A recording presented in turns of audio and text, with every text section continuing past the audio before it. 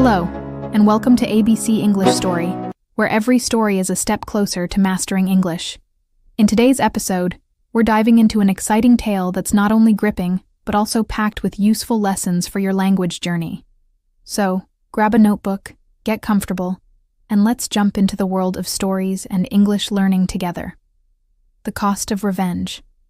Alex Thompson sat at their cluttered desk, staring at the flickering computer screen. It was their last day at Greenfield Enterprises, a mid-size company tucked away in a gray office building in downtown Chicago. For 10 years, Alex had poured their heart into this job. As an accountant, they kept the numbers in line, making sure every paycheck and expense added up. But today, there was no pride in their work, only a deep, simmering anger. Alex had always been the quiet one, the reliable worker who stayed late and double-checked every detail. They dreamed of a promotion, a chance to prove their worth. But their manager, Mr. Johnson, had other plans. He was a tall man with a booming voice and a knack for stealing credit. Whenever Alex came up with a new system or caught an error, Mr. Johnson would smile, nod, and present it as his own idea to the bosses upstairs. Alex swallowed their frustration, believing hard work would eventually pay off. That belief crumbled 3 months ago. While digging through the company's financial records, Alex found something that made their stomach drop. Money was missing. Hundreds of thousands of dollars, funneled away into hidden accounts. The trail led straight to Mr. Johnson. Shocked, Alex confronted him in his corner office, the city skyline looming through the window. "Mr. Johnson," Alex said, their voice trembling, "I found irregularities in the accounts. Funds are being taken. It points to you." Mr. Johnson leaned back in his leather chair, his eyes cold. "You're accusing me, Alex? That's bold. You know we're cutting costs right now. People are getting laid off. I'd hate for you to be one of them." The threat hung in the air like smoke. Alex left the office, their hands shaking. They wanted to report it, to scream the truth, but fear silenced them. They had bills to pay, a small apartment to keep, and a younger sister in college who relied on their help. Losing this job wasn't an option. But then it happened anyway. 2 weeks later, Alex got the email.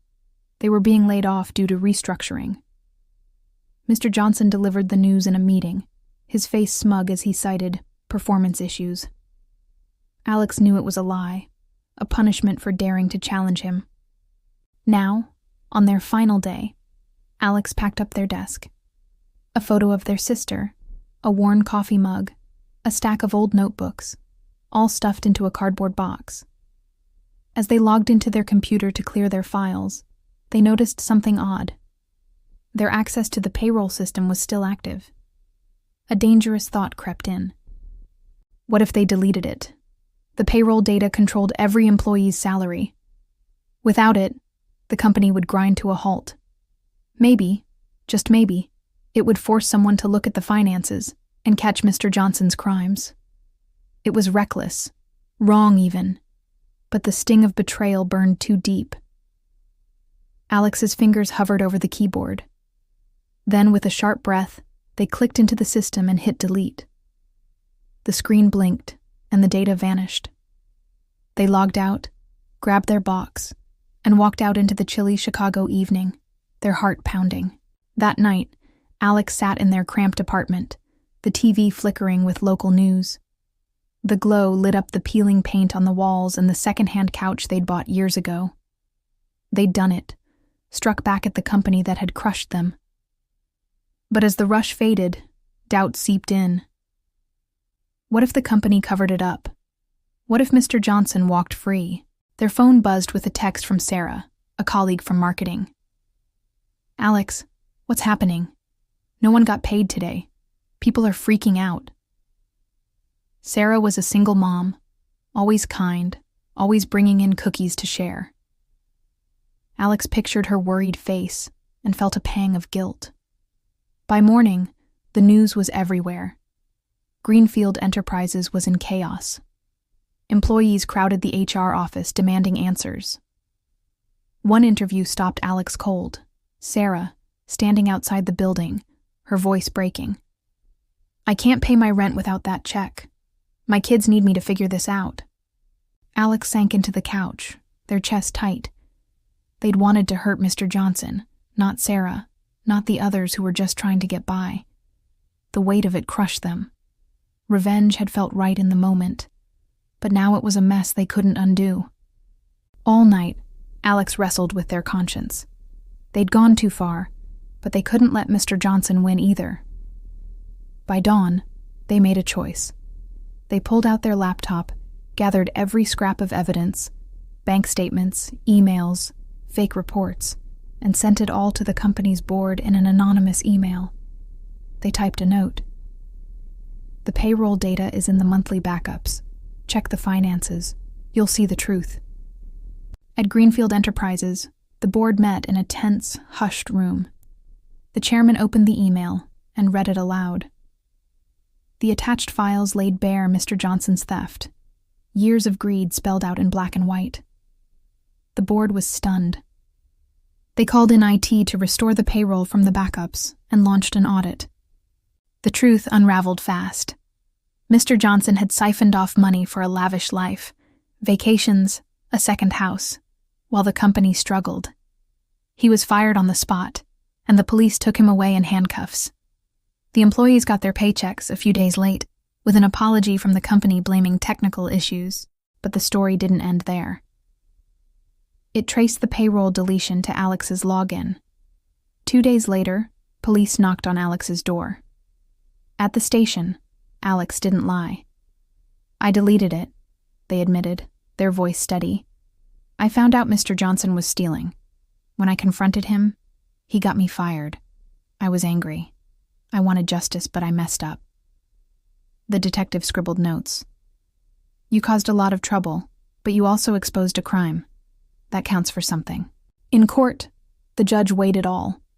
Alex's intent, the chaos, the outcome. They got community service and a fine, a light sentence considering the mess they'd made. The company, grateful for the truth, didn't push for more. Weeks later, as Alex swept a park for their service hours, Sarah found them. She held out a plate of cookies, her smile soft. I heard what happened. You screwed up, Alex, but you fixed it too. Thanks for that. Alex took a cookie, their throat tight. I'm sorry, Sarah. I didn't mean to hurt you. Life's not fair sometimes, she said. But we keep going, right? Alex nodded, the bitterness fading just a little. They'd wanted revenge, but it had nearly broken them, and others too. Justice came, imperfect and messy, and it cost them more than they'd ever planned. Idioms and phrasal verbs swallowed their frustration, meaning to suppress or hold back strong emotions, like anger or disappointment, instead of expressing them. Context: Alex kept quiet about Mr. Johnson stealing credit for their work, showing restraint despite feeling betrayed. Came up with, meaning, to create or think of an idea, plan, or solution. Context: Alex's innovative ideas were taken by Mr. Johnson, highlighting their competence and the injustice they faced. Picked up, meaning, to learn or acquire something new, like knowledge or skills, often informally. Context: encourages viewers to learn new English words or expressions from the story. Hung in the air, meaning, describes a feeling, threat, or tension that remains unresolved or noticeable after being spoken. Context: Mr. Johnson's threat lingered, creating fear and tension for Alex. Have someone's back, meaning, to support or stand up for someone, especially in tough times. Potential use in story. Sarah could say to Alex at the end, I know you messed up, but I've got your back. This would emphasize her forgiveness and support, deepening their bond. A friend in need is a friend indeed, meaning, a true friend is someone who helps you when you're in trouble. Potential use in story. Alex could reflect, I thought Sarah was just a co-worker, but she proved a friend in need is a friend indeed by bringing me those cookies. This could highlight Sarah's kindness after Alex's mistake. Hit it off. Meaning, to quickly form a good connection or get along well with someone. Potential use in story. Early in the story, you could add, Alex and Sarah hit it off during lunch breaks, sharing stories over coffee. This would establish a friendly bond, making Sarah's later forgiveness more impactful. Stand up to, meaning, to confront or challenge someone bravely, especially when they're being unfair. Potential use in story. Replace confronted with stood up to when Alex faces Mr. Johnson. Alex stood up to Mr. Johnson about the missing money, but it cost them their job. Let someone down. Meaning, to disappoint or fail someone who relies on you. Potential use in story. Alex could think, I let Sarah down when I deleted the payroll data, and I can't forgive myself for that. This would deepen Alex's guilt. Make up for makeup, meaning to compensate for a mistake or wrongdoing. Potential use in story. At the end, Alex could say, I sent the evidence to make up for the chaos I caused. This would show Alex's attempt to fix their error. And that's the end of today's story. We hope you enjoyed it and picked up something new along the way. Learning English isn't just about memorizing, it's about connecting with stories that make the language come alive. Take a moment to think about how you can use the new words or expressions in your own life. Got any thoughts or questions? Drop them in the comments below. We'd love to hear from you. Don't forget to like, subscribe, and hit the bell so you never miss our next story. See you soon, and happy learning, and happy